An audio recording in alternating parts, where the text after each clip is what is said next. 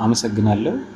የኢትዮጵያ ብሔራዊ ቡድን ለ2027 የአፍሪካ ዋንጫ ማጣሪያ የፕሪሊሚነሪ ራውንድ ጨዋታውን ማርች 27 ላይ በሞሮኮ ማድረጉ ይታወሳል።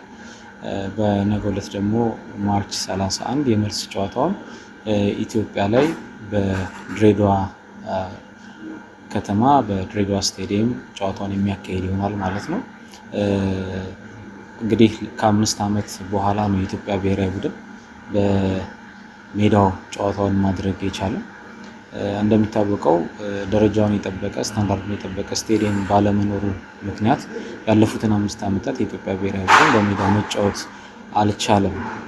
እድሜ ለድሬዳዋ ስቴዲየም ይሁንና የድሬዳዋ ስቴዲየም የአንድ ጨዋታ ፈቃድ በማግኘቱ የኢትዮጵያ ብሔራዊ ቡድን ከ5 ዓመት በኋላ በሜዳው ጨዋታውን ማድረግ የሚችልበትን እድል መፍጠር ተችሏል። እንደሚታወቀው የኢትዮጵያ እግር ኳስ ፌዴሬሽን የድሬዳዋ ስቴዲየም በካፍ የግምገማ ቡድን እንዲገመገም ማስደረጉ ይታወቃል። ይሄም የግምገማ ቲም የተለያዩ ፊድባኮችን በመስጠት ለአንድ ጨዋታ ብቻ ብሔራዊ ቡድናችን በድሬዳዋ ስቴዲየም እንዲጫወት ፈቃድ መስጠቱ ይታወቃል። ፈቃድ በሰጠበት ወቅት አንዳንድ መስተካከል የሚገባቸው ጉዳዮች ስላሉ በተለይም ደግሞ ከደጋፊዎች መግቢያ መቀመጫ ጋር ከስቴዲየም ሴፍቲ ጋር በተያያዘ ጨዋታው በዝግ መካሄድ እንዳለበት ውሳኔ ማስተላለፉ እና ይህንንም ጋራንቲ ማግኘት መቻል እንዳለበት ካፍ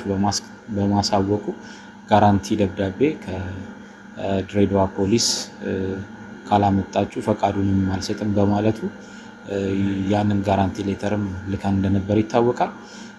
በዚህ ሂደት ግን የድሬዳዋ ከተማ አስተዳደር ክቡር ከንቲባን ጨምሮ ማመስገን እንፈልጋለን። እንደ ኢትዮጵያ እግር ኳስ ፌዴሬሽን ሊስተካከሉ ይገባቸዋል የተባሉት ስራዎች በጠቅላላ 24/7 በየጊዜው ስቴዲየሙን የማሻሻል ስራዎች ይሰሩ ነበር።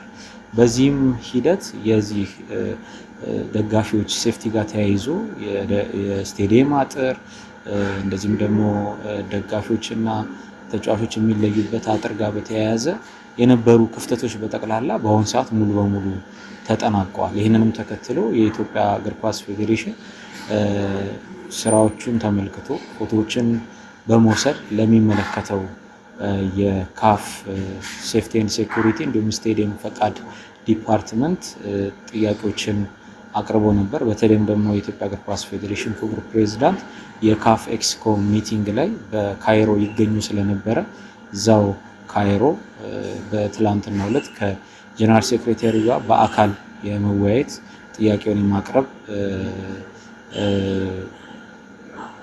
ተግባራትን ፈጽመዋል ማለት ነው።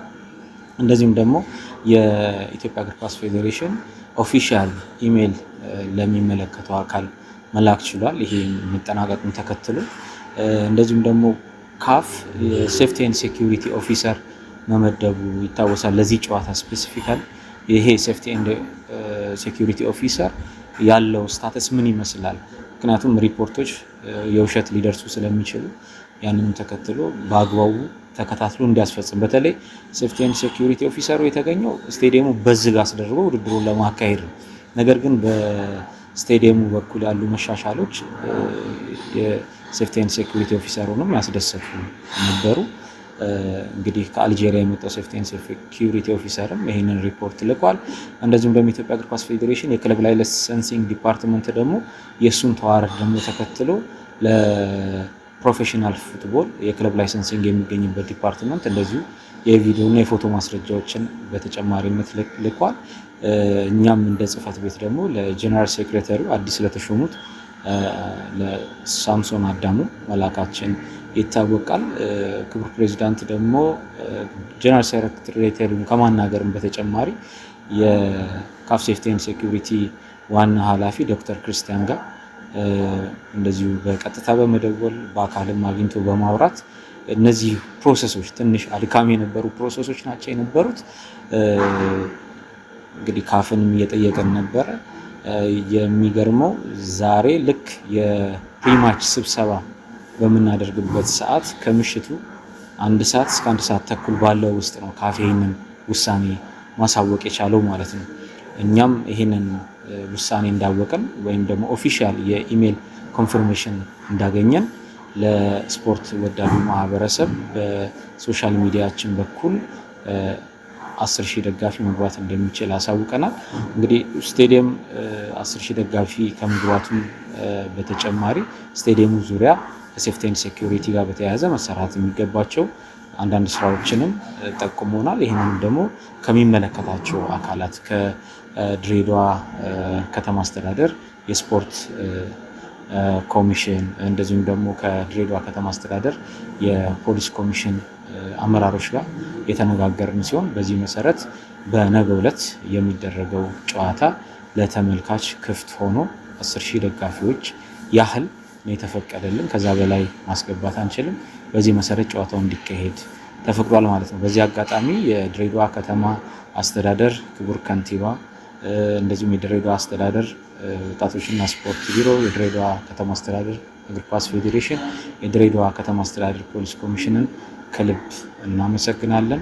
የኢትዮጵያ እግር ኳስ ፌዴሬሽን ክቡር ፕሬዝዳንትም ይህንን የማሳመን ስራ ከፍተኛውን ርቀት ሄደው ስላደረጉ እሳቸውንም እናመሰግናለን። በአጠቃላይ በዚህ ስራ ውስጥ የተሳተፉትን የፌዴሬሽኑ አመራሮችን ማመስገን እንፈልጋለን።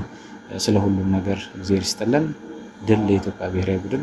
እናመሰግናለን።